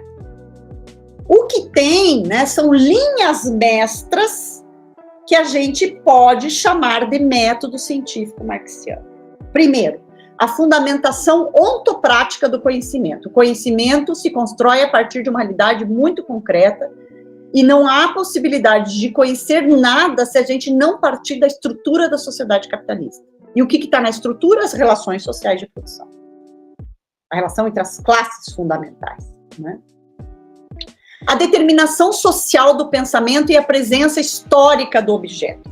Então, quando a gente fala que existe uma fundamentação ontoprática do conhecimento, eu estou operando no sentido do materialismo, ó, materialismo, parte da realidade concreta, né? Da estrutura social. Determinação social do pensamento e presença histórica do objeto. Por que materialismo histórico? Porque eu sempre tenho que analisar o meu objeto a partir da sua historicidade. Não quer dizer que eu vou ter que fazer um tratado lá de história da educação do meu objeto e pesquisa. Mas eu sempre tenho que buscar a gênese e o seu desenvolvimento histórico para entender por que ele é assim hoje. Um outro princípio é a teoria das abstrações, é o momento das análises, decomposição do todo em partes, né? E a lógica da concreção, que é chegar ao concreto pensado, como a gente fala, né? Partir do concreto empírico, que é a realidade que a gente vive, para um concreto pensado, analisado, compreendido. Por isso tem a teoria das abstrações, que é o processo de análises para poder chegar nas sínteses. Então, esses são, digamos, essas são as linhas mestras do Marx no que a gente pode chamar de método científico marxiano. Tá? E aí, então, voltando um pouco, vou dar um parênteses aqui, porque, né, materialismo histórico dialético. Materialismo porque parte da materialidade. Para compreender a materialidade, eu tenho que entender a estrutura da sociedade, o que pressupõe entender como os seres humanos se relacionam para produzir a sua existência na sociedade capitalista. E aí eu não posso deixar de trabalhar com os antagonismos de classe, né? O Estado moderno como uma mediação importante nesse antagonismo de classe. Histórico, porque eu preciso compreender o meu objeto sempre do ponto de vista da sua historicidade, da gênese e do seu desenvolvimento. Então, se a gente for, vou dar um exemplo, se a gente for estudar a proposta de educação domiciliar no Brasil, eu não posso partir disso descolado da gênese deste movimento que é o homeschooling, que tem gênese nos Estados Unidos, por vertentes conservadoras. Quer dizer, eu vou analisar uma política, mas eu tenho que analisar o meu objeto desde a sua gênese histórica até o seu desenvolvimento, ver como é que chegou no meu país, como que ele é compreendido aqui, qual é a finalidade disso chegar só nesse momento histórico, enquanto outros países, isso, como os Estados Unidos, isso existe há muito mais tempo. Enfim, é situar historicamente o meu objeto, né? E materialismo histórico. E por que dialético, né? Porque nós vimos que segue uma lógica da dialética, de que a dialética existe na realidade. A realidade, ela se constitui como algo que sempre está se transformando, né? Por quê? Porque ela é produzida historicamente pelos sujeitos. se ela é produzida historicamente pelo sujeito, ela se modifica, há um processo de movimento. E o que dá este movimento de transformação é a categoria da contradição que nos explica, né, esse processo de transformação. São as contradições que movem a realidade para que ela se transforme e não fique sempre de uma mesma maneira, né? E o antagonismo de classe seria a contradição central nesta sociedade, né? Então, as categorias... Então, por isso entender materialismo histórico dialético, né? E aí, voltando para as categorias, né?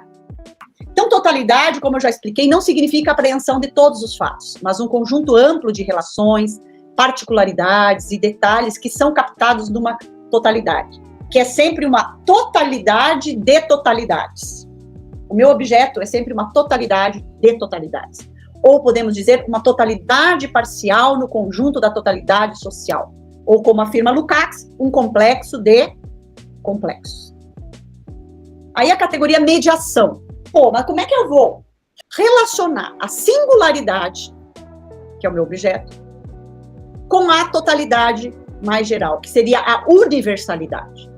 Eu não posso fazer relações mecanicistas do singular com o universal, né? Essa relação não pode ser mecanicista, do singular para o universal ou do universal para o singular. Por isso a categoria da mediação. É a mediação que permite estabelecer conexões entre os diferentes aspectos que caracterizam a realidade. A totalidade existe nas e por meio das mediações pelas quais as partes específicas, que são totalidades parciais, estão relacionadas numa série de determinações recíprocas que se modificam constantemente. O mais difícil no método, eu acho, é operar com a categoria mediação. Porque a gente consegue visualizar na realidade aquilo que é singular e aquilo que é universal. Mas essas mediações, para a gente estabelecer essas relações, que seria a categoria da particularidade, tá? Então, onde que eu fui aprender, de fato, a categoria particularidade? Somente estudando no CACS, não vou catar o livro para não perder tempo. No primeiro, o livrinho, uma introdução a uma estética marxista, sobre a categoria da particularidade. Então, nesse livro, ele vai estar falando da particularidade no campo da estética, que é diferente da categoria particularidade no conhecimento científico, mas ele ajuda a entender a mediação. A categoria da particularidade como uma categoria mediadora entre o singular e o universal. E tem um capítulo da obra Estética do Lukács, em que ele fala especificamente da categoria da particularidade. Então, meu pós-doutorado, eu estudei a obra Estética em Lukács. E foi aí que também me aprofundei nos estudos do método, sobretudo o papel da categoria da particularidade. Eu tenho um artigo que explica. Para mim, é o mais difícil de a gente operar nas análises com a categoria da particularidade, tá? A contradição mudou? Mudou o slide? Não. Ele não está querendo mudar, mas eu vou explicando. Tá, tranquilo. A categoria contradição, ela promove um movimento que permite a transformação dos fenômenos, porque o ser e o pensar, eles se modificam na sua trajetória histórica, movidos, como eu já disse, pela contradição, né? É a presença de aspectos, tendências contrários que contribui para que a realidade passe de um estado qualitativo para outro, né? E ainda a categoria praxis, né? A praxis, ela representa a atividade livre, criativa, por meio da qual é possível transformar o mundo humano e a si mesmo, né? Mas essa atividade criativa, livre, que é a praxis, né? E aí o livro Filosofia da Praxis, do Vasquez, ajuda a entender por que ela a praxis ela tem que ser livre, criativa, né? E não uma praxis reiterativa, repetitiva. Então, a categoria praxis no marxismo, ela pressupõe unidade teórico-prática, mas com a finalidade de transformação da realidade. Seja a realidade mais imediata na qual eu atuo, mas não me restringindo a essa realidade imediata na qual eu atuo, tendo em vistas a finalidade última, que é a transformação da sociedade, né? Então, essas categorias, totalidade, contradição, mediação e praxis, não são uma opção nossa trabalhar com elas ou não, porque elas são categorias do método. mas que o Marx não escreveu nada explicando essas categorias. Ele operou com elas ao analisar e explicar a realidade capitalista. Tá? Então, dá a impressão que é uma construção a priori, mas não é, né? Então, a gente que vai operar com esse método, a gente tem que entender essas categorias e buscar trabalhar com elas ao longo do nosso processo de pesquisa. Não descolando de uma concepção, por isso unidade teórico-prática, com vistas à transformação social, porque isso é pressuposto desse referencial. Tá? Por que é diferente de prática? Porque a prática pode ser a prática espontânea, repetitiva, e é diferente do que as pessoas estão falando lá na teoria do professor reflexivo, de ação, reflexão, ação. Porque pragmatismo, pragma quer dizer ação. Então, no pragmatismo norte-americano, né, a ação, eu tenho uma ação, né, com seus problemas, seus limites, né, eu desenvolvo um processo reflexivo sobre a minha ação para eu transformar esta ação. Mas é uma ação imediata, individual, para solucionar esses problemas da minha prática, como sujeito profissional. Não, isso não é praxis. Isso não é praxis. Porque a praxis pressupõe unidade teórico-prática para a transformação social. Ela não é utilitarista no sentido de resolver um problema imediato, individual. Ela tem uma dimensão coletiva, de concepção de sociedade, de educação, que não é resolver problemas imediatos meramente da prática individual. Você não vai selecionar ali, Ana Luísa, as categorias do método. Você não seleciona. Você trabalha com as categorias do método. Todas elas. Todas. A totalidade, não tem como ninguém dizer para você o que é a totalidade, o que é a singularidade e o que é a particularidade. Porque depende do que você está se propondo a investigar, né? Então, não é uma escolha operar com uma ou outra categoria do método. O método, se eu digo que eu vou trabalhar com materialismo histórico-dialético, eu tenho que operar com todas essas categorias. Inclusive indicando quais são as possibilidades da minha pesquisa contribuir para a transformação da educação e da sociedade. Que muitos trabalhos de pesquisa nem apontam isso. Né? Praxis é o Vasquez. Filosofia da praxis. Falta os acentos aí, que tem acento agudo, tá, Karen? Agora, outra coisa que eu tenho que deixar claro. Não basta somente operar com as categorias do método. É preciso operar com as categorias de conteúdo da obra do Marx. Porque se eu vou situar o meu objeto de pesquisa na totalidade social, que é a sociedade capitalista, como é que eu não vou abordar o antagonismo de classe, né, ou trabalho assalariado, a questão da exploração, alienação, estranhamento, isso ou aquilo que estão na obra do Marx. São as categorias teóricas para ele explicar a sociedade capitalista. Então, além de eu trabalhar com as categorias do método, eu também vou trabalhar com as categorias analíticas da obra marxiana. Quais? Depende do teu objeto, depende do tipo de discussão que você está fazendo. Não quer dizer que tem que trabalhar com todas, né? Mas ele é o seu referencial teórico.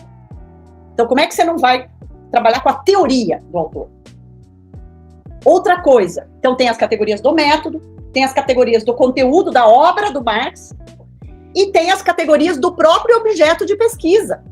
Então, você vai analisar a tua pesquisa, teu objeto, e vai ter que explicá-lo. Como que você vai explicá-lo? Por meio de sínteses. Quais são essas sínteses? São as categorias analíticas que você vai... Todo o trabalho de pesquisa, você tem que categorizar teoricamente e explicar. Só que daí, eu já falei sobre o método, assim, e daí eu já vi trabalho, sabe o que as pessoas fazem? Então, as categorias do método que eu trabalhei são essas, as categorias de conteúdo da obra do Marx são essas, e as categorias do meu objeto são essas. Não, gente, não escrevam assim no trabalho de pesquisa, né? Operem com as categorias. Não precisa ficar falando isso é categoria de conteúdo, isso é categoria disso, isso é categoria daquilo, entende?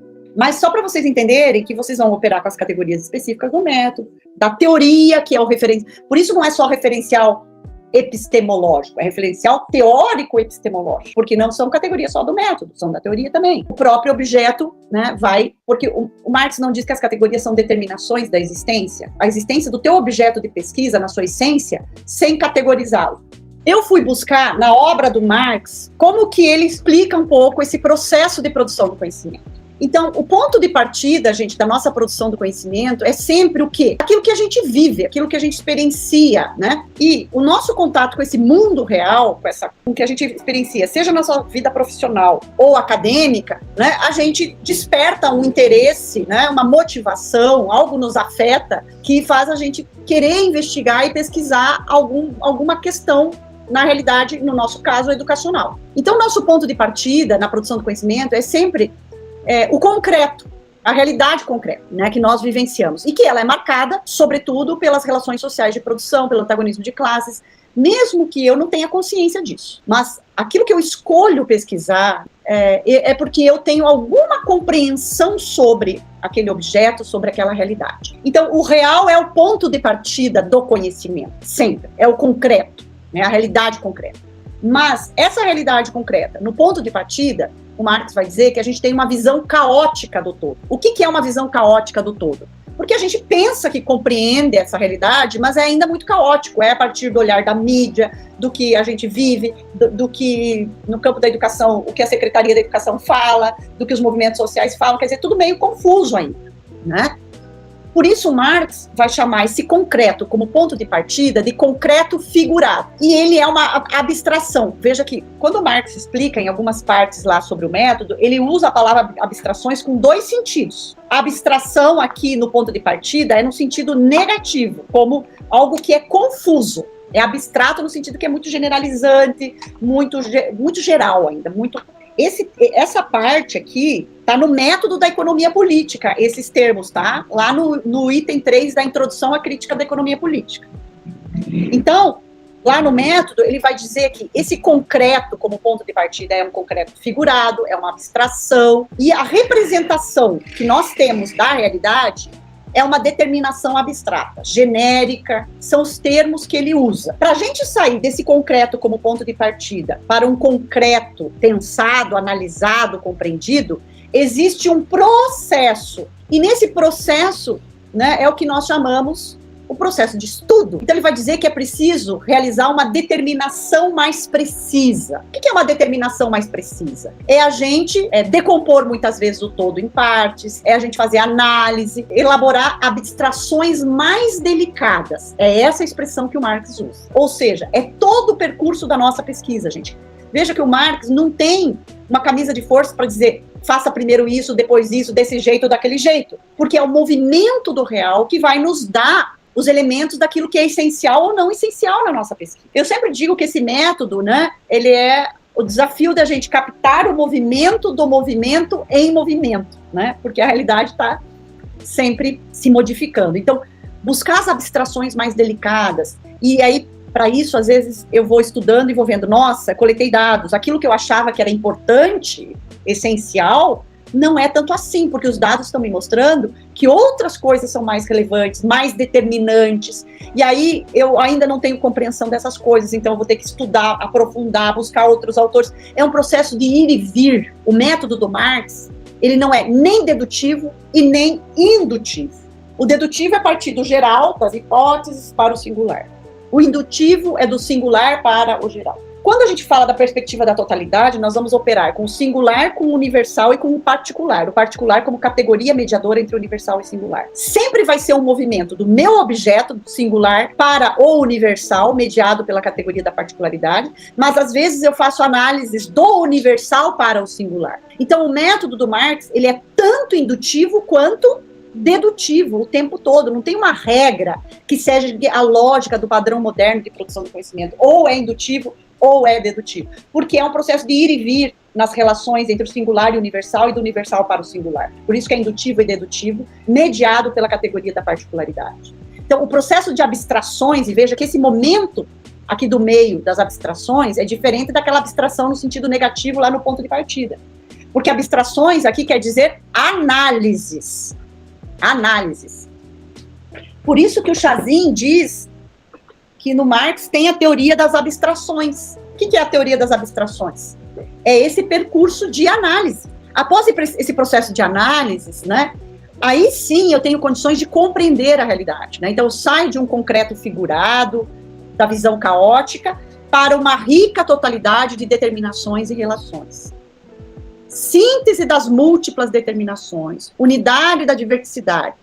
É a reprodução do concreto pela via do pensamento. Então, na concepção marxista, o pensamento é uma reprodução do concreto, da realidade, da materialidade, porque é materialista. Então, as categorias, elas são sínteses, mas que têm que explicitar as múltiplas determinações que configuram o meu objeto de pesquisa. É nesse sentido que o concreto como ponto de chegada é a síntese. Então, eu usei as expressões que o Marx usa para explicar o método lá no método da economia política. Aí, se a gente for para outros autores, nós vamos ver que outros autores usam outras palavras para explicar a mesma coisa. O Kozik vai dizer que esse concreto no ponto de partida, que é aquilo que a gente vivencia e da onde a gente extrai os conhecimentos para propor um projeto de pesquisa, é esse conhecimento inicial, é uma pseudo-concreticidade. É um claro, escuro de verdade e engano. É assim que Kozik fala, né? Porque eu consigo enxergar coisas e me enganar e não ver outras, né? É apenas a realidade fenomênica.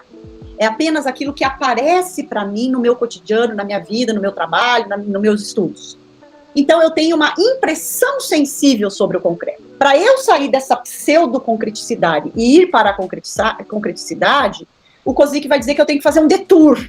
O que é o detour? É o processo de abstrações, de análises que o Marx fala. Que, aí ele diz, decompor o todo para reproduzir espiritualmente, né, na mente, né, a sua estrutura a fim de compreendê-la. É buscar captar a coerência interna da coisa, né, do meu objeto de pesquisa. Depois desse detour, desse vai e vem, desse longo caminho de estudo, de análises, aí eu saio do fenômeno e chego à essência da realidade. Né? Eu saio de uma visão pseudo-concreta para uma visão realmente, uma compreensão realmente concreta da realidade. E aí eu reproduzo o concreto pelo pensamento. E aí que eu elaboro conceitos, busco os conceitos para explicar essencialmente a realidade. Então, é assim que Kozik explica o processo de produção do conhecimento a partir da perspectiva marxista. Um outro autor, Kopnin, ele vai dizer que o concreto, nesse ponto de partida, é um concreto, é o sensorial concreto, é uma mera contemplação da realidade, é um conhecimento experiencial, é uma abstração elementar. Eu parto sempre do simples para chegar ao complexo, né? Então, esse é o ponto de partida, partir do simples, de um conhecimento experimental, sensorial concreto, para, depois de um longo processo de abstrações, que significa representar o movimento da realidade pelo pensamento. Aí sim, eu saio de uma abstração elementar e chego a uma abstração autêntica, que descobre novos aspectos do objeto. Porque aí eu sou capaz de explicar as leis do movimento dos fenômenos. Depois desse processo, eu chego ao conhecimento concreto, que é o conhecimento mais profundo e substancial dos fenômenos da realidade, né? Eu uso as categorias como sínteses. Então, veja, as categorias, elas são resultados. Os conceitos são resultados e não ponto de partida. Eu só vou chegar às categorias do meu objeto depois que eu fiz análise. Ela é síntese. E aí sim eu chego a conseguir explicar a realidade na sua complexidade. E aí um outro autor que eu estudei também, o Sheptulin, ele vai dizer que esse concreto como ponto de partida é a própria prática, é o fenômeno, é uma manifestação exterior da essência da realidade. Claro, eu acesso a essência por meio do fenômeno. O fenômeno é o ponto de partida para eu chegar na essência. É a mesma realidade, mas não é exatamente a mesma, porque a realidade no ponto inicial do estudo é uma realidade menos compreendida. A realidade ao final do processo é uma realidade desvelada da sua essência. E aí o processo de estudo significa captar o aspecto interior da coisa, a causa das coisas. Por que as coisas são desse jeito? As leis, os elementos essenciais, né? E por isso, como sínteses, as categorias referem-se, né, ou refletem ligações e aspectos universais do mundo exterior. E a essência é justamente o conjunto dessas ligações e aspectos internos. E aí, veja, eu chego novamente à prática. A prática é o ponto de partida e chegada, mas, como diz o Saviani, não é mais a mesma, porque é uma prática compreendida, analisada, desvelada, né?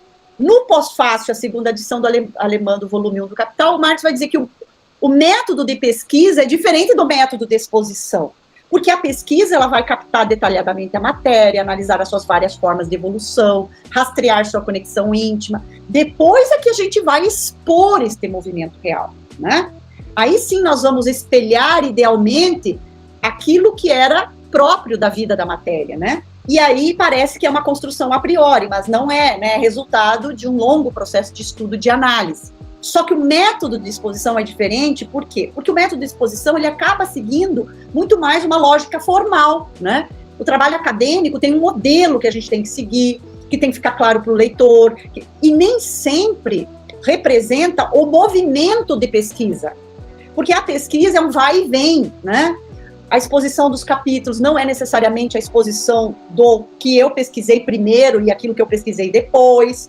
Então, ele chama a nossa atenção que a pesquisa é diferente da exposição. Só lembrar que a Cássia Quenzer vai dizer que existem as categorias específicas para a pesquisa e determinadas a partir da realidade a ser investigada, que é aquilo que eu falei que são as categorias do objeto, né? E que cada categoria é passível de detalhamento em subcategorias. Por exemplo, trabalho no Marx, na sociedade capitalista. Trabalho concreto, trabalho abstrato, produtivo, improdutivo, né? Então, a gente vai refinando as análises, né? E, às vezes, colocando subcategorias dentro de categorias mais abrangentes. Então, por que eu acho que a teoria marxista contribui nas pesquisas em educação, né? Porque a gente, ao operar com esse referencial teórico, a gente consegue buscar entender o significado da educação na lógica global do sistema de produção que é a sociedade capitalista. Nem todas as perspectivas teóricas olham para a educação situada, né, nessa conjuntura e nessa estrutura maior, né? Não se separa o método do conteúdo. Então, a gente tem as categorias da dialética materialista, que nós falamos, totalidade, praxis, mediação, contradição, do conteúdo da obra marxiana, antagonismo de classe, capital, trabalho, mais-valia ou mais-valor, e todas as subcategorias que envolvem, né? Propõe análise da educação a partir de uma totalidade social, na sua historicidade, o que pressupõe compreender na sua gênese, desenvolvimento, contradições e relações. Então, nessa perspectiva, a educação é sempre tratada em suas relações com o contexto social e histórico e não em seu, aparentemente, isolamento. Busca sempre um conjunto amplo de relações, particularidades e detalhes para captar um movimento da educação numa totalidade, entendendo que totalidade é estabelecer as máximas relações possíveis para explicar o meu objeto de pesquisa. Permite que a educação seja, então, considerada na totalidade, mas, sobretudo, operando com a categoria das mediações, entendendo as partes mais específicas como totalidades parciais, a fim de que a gente possa perceber as determinações recíprocas e as contradições entre elas. Então, não dá para dizer assim, a escola funciona exatamente como funciona uma fábrica, como dizia Cássia Quenzer, ou como uma empresa, pela influência gerencialista hoje. Isso seria fazer uma relação mecanicista entre a singularidade da escola e a universalidade, né, das empresas, das indústrias, no modo de produção capitalista. É preciso dizer no que ela apresenta de relações, mas também de diferenças, porque a educação tem uma especificidade. Por isso que eu tenho que fazer as devidas mediações para eu não fazer análises mecanicistas. Contribui para desvelar a educação em sua essência, o que implica em considerá-la como expressão da correlação de forças presente na sociedade. Então, a educação também é expressão da correlação de forças entre interesses econômicos, políticos, ideológicos. Por isso, a gente tem teorias educacionais divergentes, posições divergentes, né? E a gente precisa se posicionar diante delas. Promove a articulação, então, da singularidade com a universalidade pela mediação da particularidade. Por quê? Porque a educação é sempre um recorte. E o meu objeto ainda é um recorte dentro do campo da educação. É uma singularidade que ganha significado na particularidade do movimento, do momento histórico em que ela é concebida e nas determinações mais universais que advêm do sistema orgânico do capital, com suas contradições, seja nos campos científico, tecnológico, econômico, cultural, ético-político e educacional. Também nos ajuda a compreender a natureza das determinações sociontológicas para delimitar quais são os desafios sociais, hoje, e educacionais para a superação da autorreprodução do capital, né? Considerando todo o capital financeiro que temos hoje, né? Todos os processos de novas disputas no campo internacional, né? O campo geopolítico hoje, ele precisa ser compreendido, não é o mesmo no início dos anos 2000, né? O que está acontecendo na faixa de Gaza, o avanço da ultradireita, do ultraneoliberalismo, a Ucrânia, a atuação dos Estados Unidos, enfim, é preciso também compreender essa conjuntura histórica que nós estamos vivendo. E questões importantes que eu considero que são necessárias ou fundamentais para a gente considerar nas pesquisas em educação que adotam a teoria marxista, né? Então, eu penso que não dá para descolar, né, a relação entre o trabalho no sentido ontológico e o trabalho na forma capitalista de sociabilidade.